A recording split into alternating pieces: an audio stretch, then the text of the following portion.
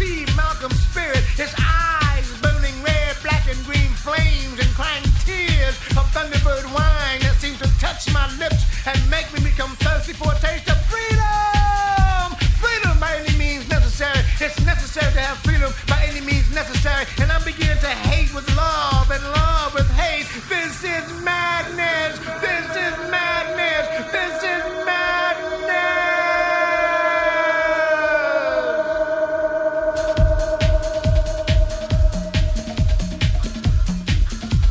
And I look up and see the moon. And I look up and see the moon bleeding, lifeless white maggots and screaming for my help as the eagle's raping claws rip and tear at its personal form. Oh, Isis, oh, Tutmosis, oh, Sarah, oh, Allah, Bismillahirrahmanirrahim. Give me your undying strength to rise up and reopen the cosmos so that man can truly understand and appreciate the cosmic beauties and realities of science and love. And he has turned the feminine part of me into a sexual freak. Look at her standing there wearing her micro miniskirt made from the strands of Freud's mother's pubic hairs and an uncovered breast dripping blood and pus and her lips colored with that anesthetic white woman called Avon. But yes, she smiles at me. But yes, she smiles at me for the indignity of full kindly ejaculating sperm into her mind and Joyce Wallace mentally finger fucking her at night in his wet dreams and her soft, wet, clinging tears of love seem to flood my heart with strength to gather all my manhood from my lower head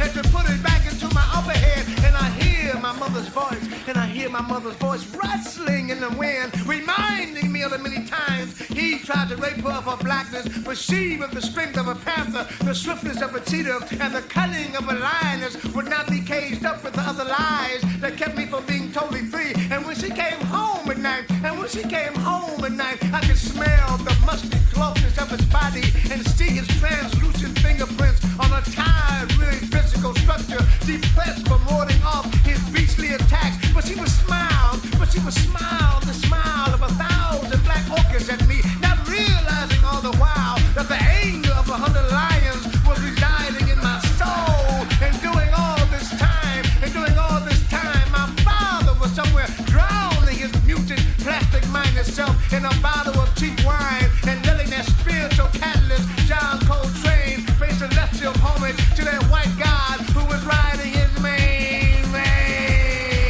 This is madness. This is madness. This is madness.